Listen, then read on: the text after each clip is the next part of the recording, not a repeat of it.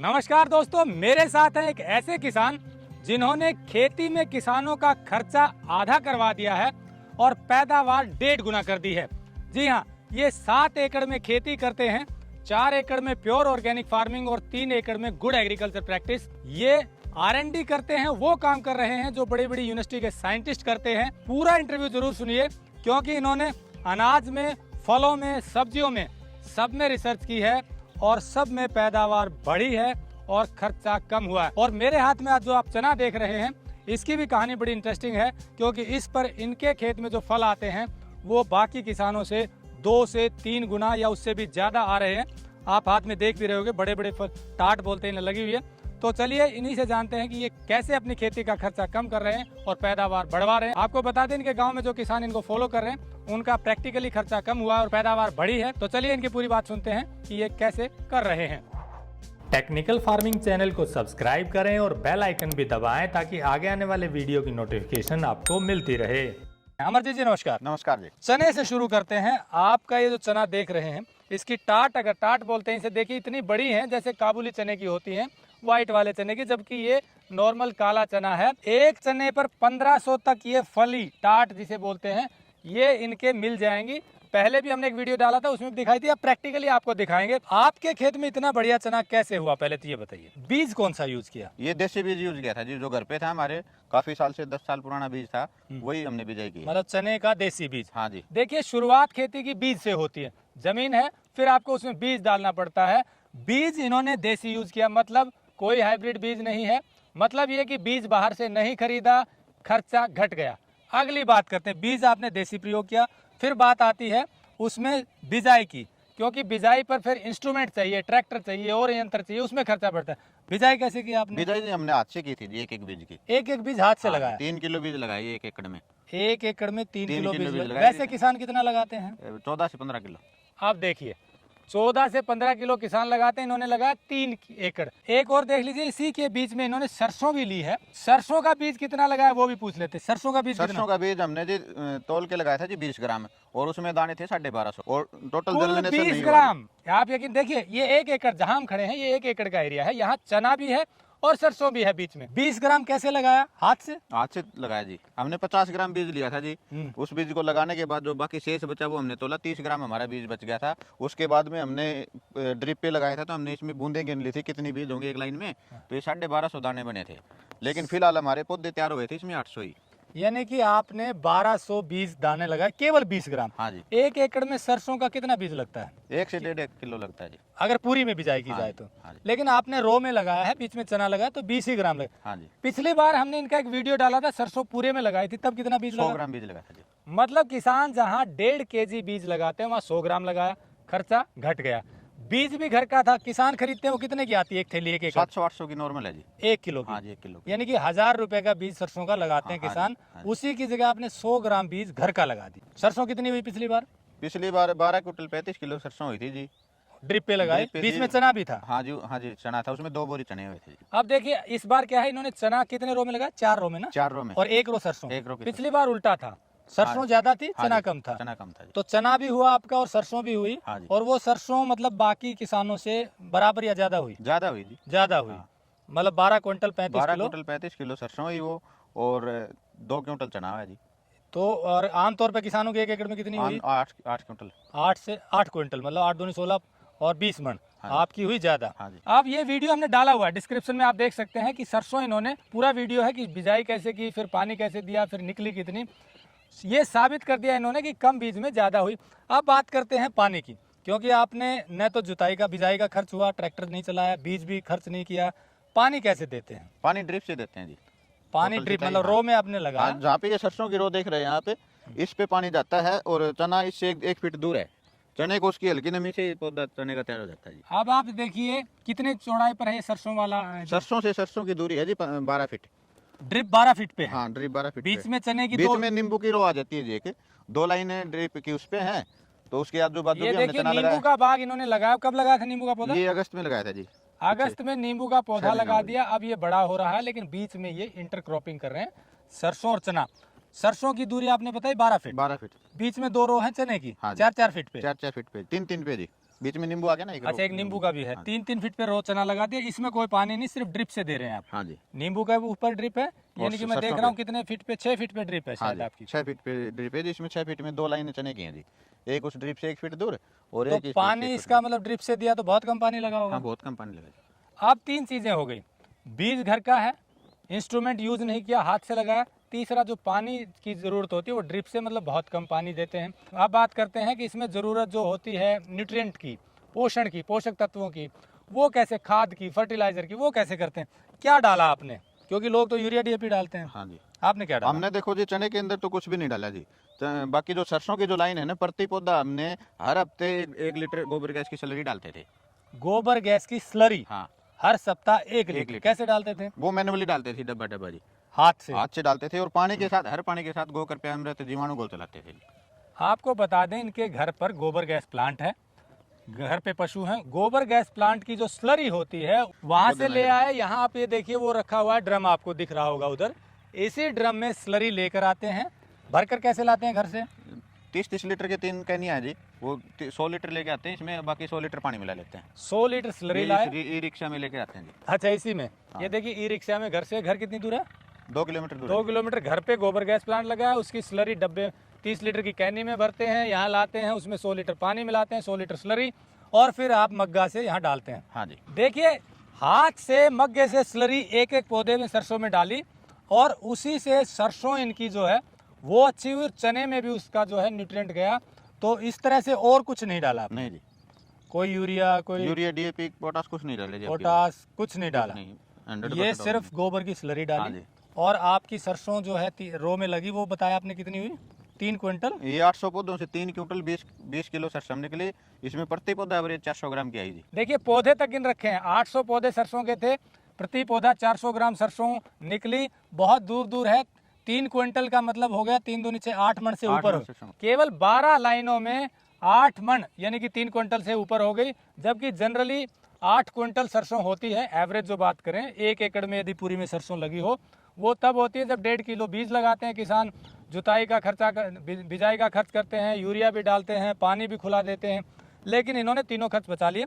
तो इस तरह से आपने बीज का खर्च बचा लिया, आपने पानी का खर्च बचाया, आपने खाद का जो खर्च है वो भी बचाया, और जो जुताई की, बिजाई की खर्च है वो भी बच गया। अब बात करते हैं खरपतवार की। खरपतवार के लिए क्या किया आपने? खरपतवार के लिए जी ड्रिप पे वैसे तो घास कम उगती है जी, क्योंकि बीच में जो जगह होती है वो सूखी रहती है, तो घास उगता ही नहीं है जी। थोड़ा बहुत जो इस पे उगा ड्रिप के आसपास है, वो हमने हाथ से निकाल लिया अपने पशुओं को चारे के लिए। देखिए, अब ऑर्गेनिक खेती करते हैं तो खरपतवार बड़ी समस्या होती है, लेकिन ड्रिप पर करते हैं तो जैसा बताया, पानी वहां जाएगा नहीं, खरपतवार उगेगी नहीं, थोड़ी उगी तो वो आपने हाथ से निकाल दी। तो इस तरह से आपकी ये सरसों आपने काटी और बढ़िया हुई। चना कितनी उम्मीद कर रहे हैं? चना जी 10 क्विंटल के आसपास अनुमान है जी, हो जाएगा। 10 क्विंटल, हाँ जी। 25 मन। हाँ जी। ये तो इतना तो है, 1 एकड़ में होता नहीं किसानों के। कितना एवरेज क्या आती है उनकी? एवरेज तो देखो जी, हमारे आसपास में मैं ही एक किसान हूँ जिसके चना है। अच्छा, चना है ही नहीं आप? हाँ, किसी ने लगा ही नहीं रखा जी। देखिए, ये वो इलाका है रेतीला, जहाँ पहले, अगर 20 साल पहले की बात करें तो भरपूर चना होता था। कारण क्या था कि यहाँ कोई पेस्टिसाइड या रासायनिक खाद ज़्यादा नहीं डलता था, और चना वहीं होता है जहाँ पर रासायनिक खाद कम डले, पेस्टिसाइड ना डले, तभी अच्छा होगा, नहीं तो बहुत कम होगा। इसीलिए लोगों ने चना बीजना ही छोड़ दिया, बिजाई छोड़ दी।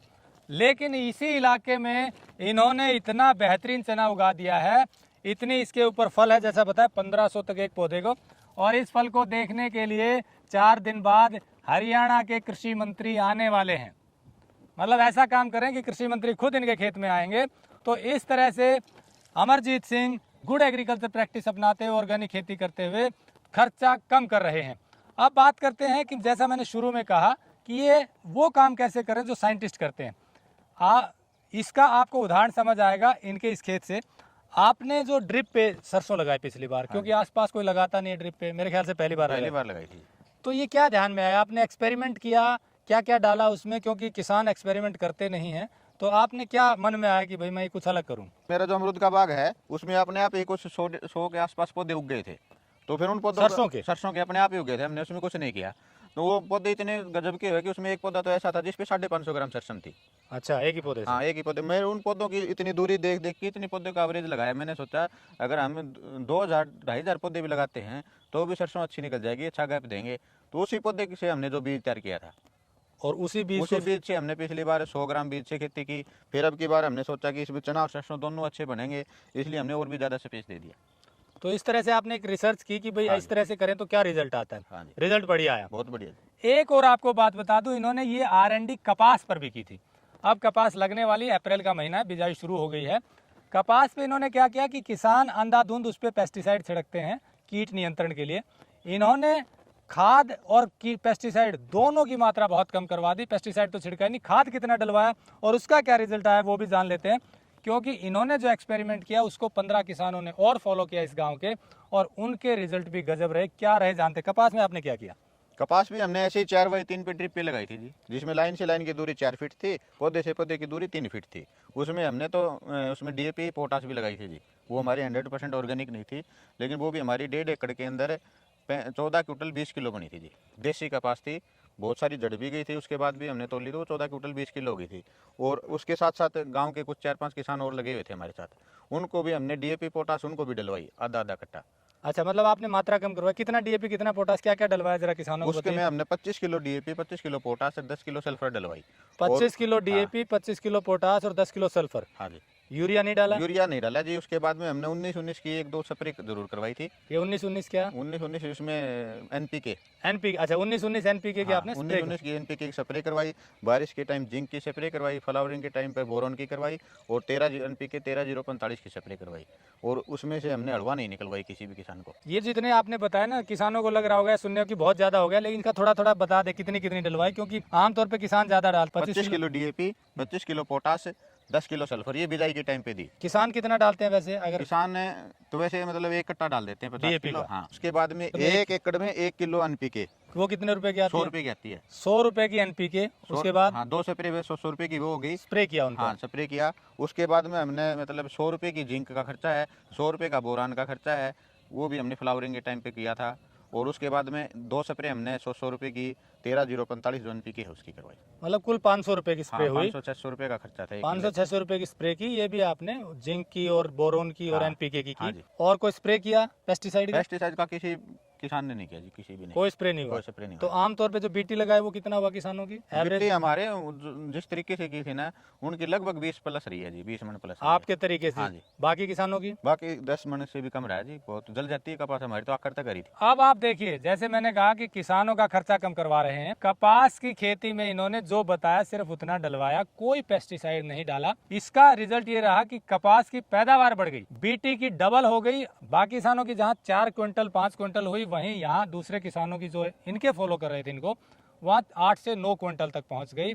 तो इस तरह से खर्चा कम हुआ, प्रोडक्शन बढ़ी। यही तरीका इन्होंने सरसों में अपनाया, यही तरीका इन्होंने चने में अपनाया, और यही तरीका ये इधर प्योर ऑर्गेनिक इनका बाग है अमरूद का, उसमें अपना रहे हैं। अमरूद के बाग में पैदावार सुन लेंगे तो आपको हैरानी होगी, और उसकी इनपुट कॉस्ट सुन लेंगे तो और हैरानी होगी। अमरूद के बाग में आप बता रहे थे फल आपके सबसे ज़्यादा आते हैं। हाँ जी, हमारे पिछली बार 2 साल का पौधा था जी, हमने आसपास खूब घूम के देख लिया। 150-200 बहुत अच्छे बाग थे ना, उनके 150 तक फल थे, जबकि हमारे 700-800 तक फल थे एक पौधे एक पौधे पे। अब हमारा 2.5 साल का बाग हो चुका है ये फरवरी में।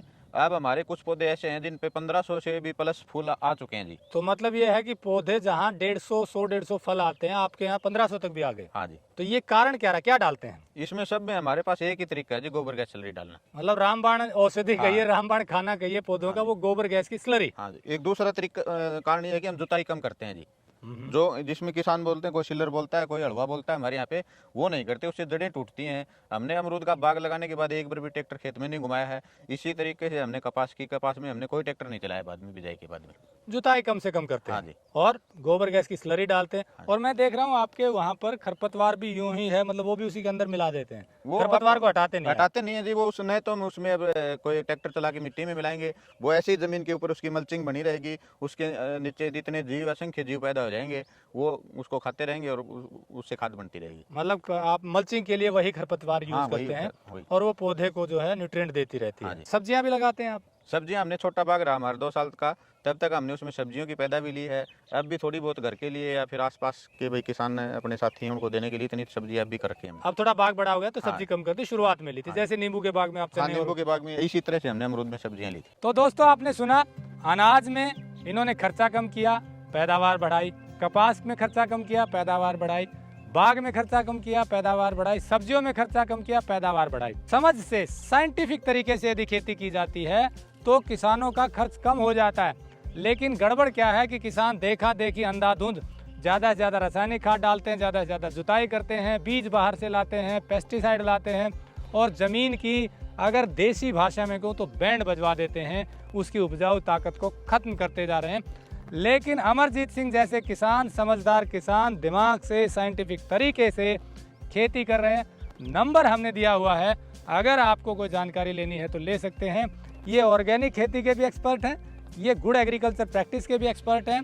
तो मैंने जैसे कहा, मेरी विनती है साइंटिस्ट से, सरकारों से कि इन्हें अवार्ड ज़रूर दें। इसलिए नहीं कि इन्हें अवार्ड की ज़रूरत है, इसलिए कि इनका हौसला अफजाई ज़रूरी है ताकि दूसरे किसानों को प्रेरणा मिले। पिछले 4 सालों से लगातार मेहनत कर रहे हैं। इलेक्ट्रॉनिक की दुकान थी वो भी छोड़ दी है खेती के लिए, ताकि खेती में कुछ अलग कर पाएँ, किसानों को नई राह दिखा पाएँ। ऐसे ही किसानों से आगे मिलवाते रहेंगे। जुड़े रहिए टेक्निकल फार्मिंग से। नमस्कार, जय हिंद। अगर आपको यह वीडियो पसंद आया है तो ज्यादा से ज्यादा लाइक और शेयर जरूर करें। साथ ही चैनल को सब्सक्राइब करना ना भूलें।